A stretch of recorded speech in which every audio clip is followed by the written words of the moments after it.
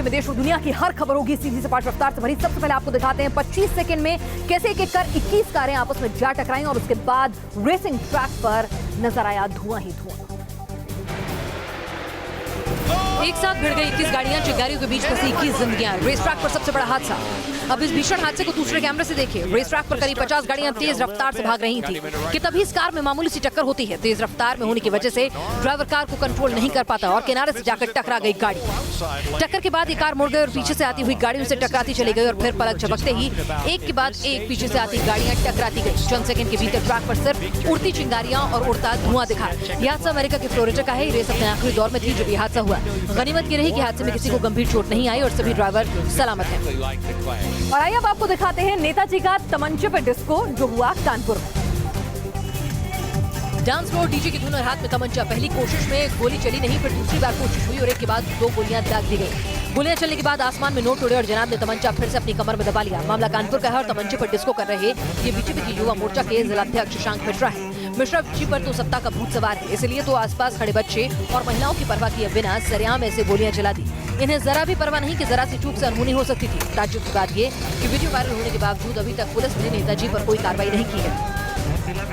जब चुनाव नजदीक आते हैं तो मंच पर हर नेता को चढ़ने का शौक होता है और कई बार ये होता है कि नेताजी जो हैं वो तो मंच पर मौजूद होते हैं लेकिन मंच नेताजी का भार नहीं सहन कर पाता। कुछ ऐसा हुआ पटना में जेडीयू के कार्यालय से संकल्प रैली के रथ को रवाना किया जा रहा था। रथ को हरी झंडी दिखाने के लिए कई वरिष्ठ जेडीयू नेता बीजेपी नेता मंच पर खड़े थे। देखिए मंच पर बिहार के उप मुख्यमंत्री सुशील मोदी भी मौजूद है, लेकिन तभी कुछ टूटने की आवाज आती है और मंच के सबसे दाईं तरफ खड़े नेताजी का एक पांव जमीन पर पहुंच गया। मंत्री जी मंच से गिरते गिरते बचे। मंच के टूटने के बाद थोड़ी देर तक अफरा तफरी मच गई, लेकिन फिर मंच के टूटे हुए हिस्से को हटाया गया और मंत्री जी ने मंच पर खड़े बाकी लोगों को थोड़ा खिसकाया और वापस से झंडा लहराने लगे।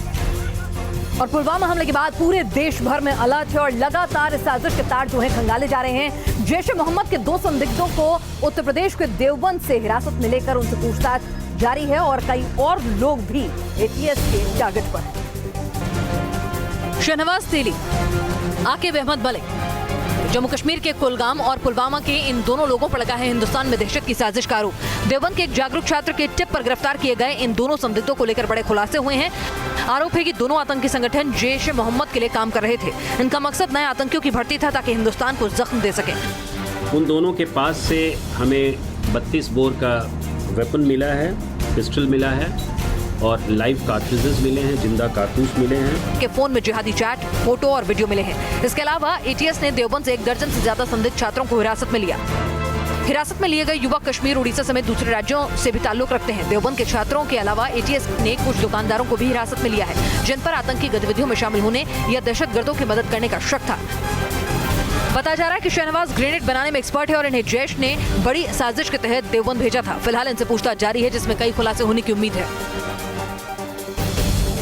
और पुलवामा हमले से पहले क्या जैश के आतंकियों के टारगेट पर थी देश की राजधानी दिल्ली? क्योंकि आतंकियों से बातचीत में जो खुलासा हुआ है उससे यही सामने आ रहा है। बताया जा रहा है कि जैश ए मोहम्मद के सरगना मसूद अजहर का प्लान दिल्ली के अहम ठिकानों पर हमला करने का था। सूत्रों के मुताबिक इसका खुलासा कुछ दिन पहले पकड़े गए जैश के 2 बड़े आतंकी अब्दुल लतीफ गनी और हिलाल अहमद भट्ट ने किया। इनके मोबाइल फोन से खुलासा हुआ जैश के दोनों आतंकी दिल्ली और जम्मू से पकड़े गए थे। दिल्ली के राजघाट से पकड़े गए जैश के आतंकी लतीफ गनी के मुताबिक वो एक बड़ा फिदाइन बनना चाहता था। सुरक्षा एजेंसियों से पूछताछ में लतीफ ने बताया कि जैश का प्लान दिल्ली ही नहीं बल्कि अयोध्या, पुणे और बैंगलोर में आतंकी वारदात को अंजाम देना था। इस हैरान करने वाले खुलासे के साथ ही जैश के कमांडर लतीफ गनी के मोबाइल से आतंकियों की ट्रेनिंग का एक वीडियो भी मिला जिसे पाकिस्तान में बैठे जैश के बड़े कमांडर अबू बकर ने भेजा था। इस प्रोपेगेंडा वीडियो में जैश ए मोहम्मद के आतंकी अत्याधुनिक हथियार चलाने की ट्रेनिंग देते दिखाई दिए। खुफिया एजेंसियों के मुताबिक पाक अधिकृत कश्मीर में जैश ए मोहम्मद के 45 ट्रेनिंग कैंप चल रहे हैं और इन कैंप्स में पाकिस्तानी सेना और ISI आतंकियों को फिदाइन बनने की ट्रेनिंग दे रही है। जैश ए मोहम्मद के ट्रेनिंग कैंप का यह नया वीडियो पाकिस्तान के खिलाफ एक जिंदा सबूत है। इसके साथ ही कई जिहादी लिटरेचर भी जिनसे कोई हाथ लगे हैं। ये तमाम भड़काऊ मटेरियल आतंकी अबू बकर घाटी के नौजवानों को भेजता ताकि उन्हें आतंकी राह पर धकेला जा सके। सोपोर में चल रहा एनकाउंटर जो है खत्म हो गया है। लगभग 12 घंटे एनकाउंटर चला है और बताया जा रहा है कि इसमें 2 आतंकियों को सेना ने ढेर कर दिया। दक्षिण कश्मीर के सोपोर में बीती रात से ही सेना और आतंकियों के बीच मुठभेड़ जारी है। देर रात सेना को यहां से 2 से 3 आतंकियों के छिपे होने की खबर मिली, जिसके बाद सेना ने आतंकियों को घेरना शुरू कर दिया। सुबह करीब 4 बजे गोलियों की आवाज सुनाई दी, जिसके बाद ये साफ हो गया कि इस इलाके में आतंकी छिपे हैं। सेना ने पूरे इलाके में धारा 144 लागू कर दी और आतंकियों के खिलाफ ऑपरेशन जारी है। सुरक्षा एजेंसियां लगातार ऑपरेशन ऑल आउट के तहत आतंकियों के सफाये में जुटी हुई हैं और जब तक घाटी से हर एक आतंकी का खात्मा नहीं हो जाएगा, सेना शांति से नहीं बैठेगी।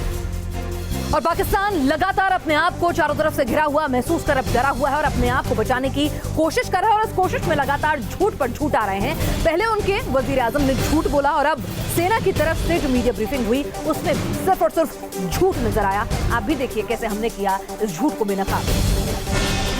पुलवामा हमले के बाद भारत ने पाकिस्तान के गाल पर एक के बाद एक 5 तमाचे जड़े। मोस्ट फॉरवर्ड नेशन का दर्जा छीना गया। पाकिस्तान से आने वाले सामान पर ड्यूटी 200% बढ़ा दी गई। श्रीनगर मुजफ्फराबाद बस सेवा बंद कर दी गई। भारत ने अपने हिस्से का पानी पाकिस्तान को देने से मना कर दिया।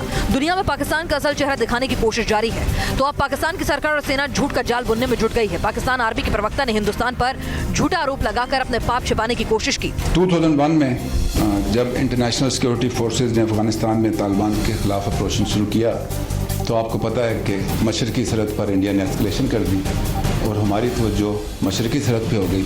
अगर उस वक्त भी ऐसा ना हुआ होता तो हम बेहतर पोजीशन में होते कि मगरबी सरहद से जो दहशतगर्दी पाकिस्तान में दाखिल हो रही थी उसको दाखिल ना होने देते। इतना ही नहीं, पाक आर्मी के प्रवक्ता ने तो मुंबई हमलों के जिंदा सबूत अजमल कसाब के कबूलनामे के बावजूद दोनों मुल्कों के बीच तलखी का ठीकरा हिंदुस्तान के सर फोड़ने की कोशिश की। 2004 से 2008 तक 5 दफ़ा हमारा कॉम्पोजिट डायलॉग की सिटिंग भी हुई, लेकिन इस प्रोसेस को भी मुंबई अटैक के नाज़र में उन्होंने डिसकंटिन्यू कर दिया। पाकिस्तान के झूठ की ये तो चंद मिसालें हैं। हकीकत यह है कि पाकिस्तान में दहशतगर्दी को पाक सेना और ISI ने अपना हथियार बना लिया है और शायद इसीलिए आज भी वहां हाफिज सईद, मसूद अजहर जैसे आतंकी खुलेआम घूम रहे हैं। और पुलवामा हमले में शहीद हरी सिंह का एक वीडियो जो है अब सामने आया है जिसमें उन्होंने वादा किया था कि देश की रक्षा के लिए वो तिरंगे में लिपट कर आएंगे क्योंकि तिरंगा लहराता रहे और वादा पूरा भी। या तो बर्फीली चोटी पे तिरंगा लहरा के आऊंगा, नहीं तो उसी तिरंगे में लिपटा हुआ चलाऊंगा, लेकिन आऊंगा जरूर। शहीद हरी सिंह का वीडियो काफी वायरल हो रहा है। वीडियो में उन्होंने कहा था कि या तो वो चोटी पर तिरंगा लहरा कर आएंगे या तिरंगे में लिपट कर। किसे पता था कि वीडियो बनाने के चंद दिनों बाद ही उनका पार्थिव शरीर उनके गांव में तिरंगे में लिपट कर ही आएगा। के बाद तमाम शहीद परिवारों के घर से अलग अलग तरह की कहानियां जो है वो सामने आ रही हैं और ऐसी ही कहानी है मेजर विभूति की मोहब्बत की जो देश के नाम कुर्बान हो गई।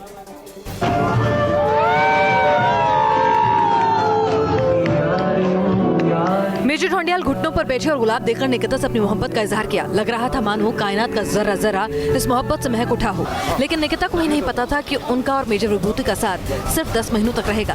कर्तव्य वेदी पर मेजर ढोंडियाल ने अपना बलिदान दिया और इन आखिरी लम्हों में भी उनकी मोहब्बत की खुशबू बरकरार थी। ये एक ऐसी प्रेम कहानी है जिसे पूरा देश याद रखेगा। 4 साल पहले मेजर ढोंडियाल और निकिता की मुलाकात हुई। पिछले साल 19 अप्रैल को ही दोनों शादी के बंधन में बंधे थे। आप बैंक में जाते हो और कई बार कैश नहीं होने की वजह से आप खाली हाथ लौट आते हैं। ऐसा आपके पास होता होगा, आप झल्लाते होंगे, लेकिन कई बार बैंक में कैश ना होना उसे लूटने से बचा लेता है। वाराणसी में ऐसा हुआ है। बैंक में किसी आम वर्किंग डे की तरह लोग इकट्ठा है, लेकिन तभी मेन गेट से 3 नकाबपोश लोग आते हैं। बैंक में दाखिल होते ही तमंचा लहराते हुए लुटेरे लोगों को धमकाने लगते हैं। इनमें से एक लुटेरा कैश काउंटर की तरफ आकर अपना बैग काउंटर की तरफ बढ़ाता है। काउंटर पर मौजूद कर्मचारी को वो अपनी बंदूक दिखाकर धमकाने की कोशिश करता है, लेकिन करीब 10 सेकंड तक बहस करने के बाद तीनों लुटेरे हवाई फायरिंग करते हुए अपनी बाइक पर फरार हो जाते हैं। बताया जा रहा है कि बैंक में कैश नहीं होने की वजह से लुटेरों को खाली हाथ ही भागना पड़ा। वो सीसीटीवी कैमरे में कैद हो गए। फिलहाल पुलिस सीसीटीवी की मदद से मामले की छानबीन में जुट गई है। जी, हम लोग सीसीटीवी फुटेज लिए हैं। बैंक में 6 कैमरे लगे थे, उन कैमरों में पूरी घटना की रिकॉर्डिंग है और उसकी हम लोग उसको देख रहे हैं और उससे प्रयास कर रहे हैं कि जल्दी से जल्दी इन लोगों की पहचान हो जाए। पुलिस लुटेरों को पकड़ने का दम तो भर रही है, लेकिन वाराणसी में इस कदर की वारदात साफ दर्शाती है कि अपराधियों में कानून का डर खत्म हो रहा है। और जुर्म की दुनिया की हर बड़ी खबर जाने क्राइम का चुकर। उत्तर प्रदेश में जहरीली शराब से मौतों के बाद पुलिस लगातार अवैध रूप से चल रही शराब भट्टियों पर कार्रवाई कर रही है। मैनपुरी में पुलिस ने एक अवैध शराब भट्टी का बांडा फोड़कर 3 लोगों को गिरफ्तार किया। पुलिस ने इन आरोपियों को रंगे हाथों धर दबोचा। बागपत में उस वक्त सनसनी फैल गई जब सुबह एक शख्स का शव खेत में पेड़ से लटका मिला। पुलिस ने शव को पोस्टमार्टम के लिए भेज दिया है। फिलहाल पुलिस आरोपियों की तलाश में जुट गई है। मध्य प्रदेश के पन्ना में जुए ने ली एक शख्स की जान। बताया जा रहा है कि 4 दोस्त ढाबे में बैठकर जुआ खेल रहे थे कि तभी इनके बीच विवाद हो गया। एक दोस्त ने ही गोली मार दी। इस वारदात में जिले के ही एक हिस्ट्री टीचर का भी हाथ बताया जा रहा है।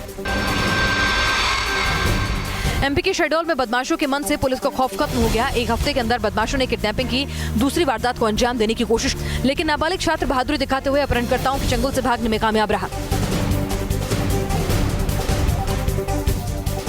और इस वक्त बड़ी खबर आ रही है, भारत से डरा हुआ पाकिस्तान लगातार तैयारियां कर रहा है। सोशल मीडिया पर खबरें इस तरह की ट्रेंड हो रही थी कि वहां 2 हवाई जहाज आसमान में उड़ते हुए देखा गया, लोगों में डर और दहशत हो गई। और अब खबर आ रही है कि वहां के पाक आर्मी चीफ जो है जनरल बाजवा जो है वहां पहुंचे हैं LOC पर और वहां पर हालात का, स्थितियों का जायजा ले रहे हैं, क्योंकि पाकिस्तान भी जानता है कि भारत पुलवामा हमले का बदला लेगा। तो एयरक्राफ्ट आसमान में सॉटी कर रहे हैं, फाइटर एयरक्राफ्ट जो जनता के भीतर, पाकिस्तानी आवाम के भीतर डर पैदा कर रहे हैं। तो डर सेना के अधिकारियों में भी है और किस तरह से जनरल बाजवा जो हैं वो पहुंचे हैं LOC पर वहां के हालात का जायजा लेने के लिए। सबसे पहले न्यूज नेशन पर ये तस्वीरें आप देख रहे हैं। और अब भारत की राजनीति की बात करते हैं। चुनाव सर पर आ गए हैं और बीजेपी के लिए उत्तर प्रदेश में स्थितियां जो हैं वो मुश्किल होती जा रही हैं। BSP और SP गठबंधन चुनौती बना हुआ था, तो अपने भी अब साथ छोड़कर जा रहे हैं। जी हां, अपना दल हो सकता है NDA से नाता तोड़ ले।